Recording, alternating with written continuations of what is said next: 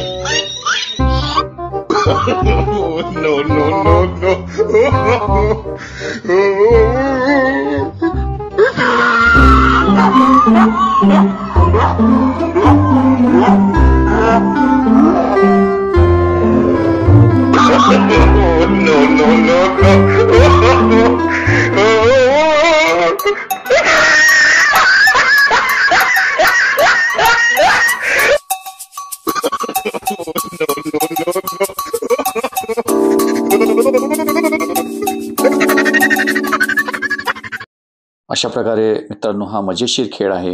विद्यार्थ्यांना खूप मजा येईल.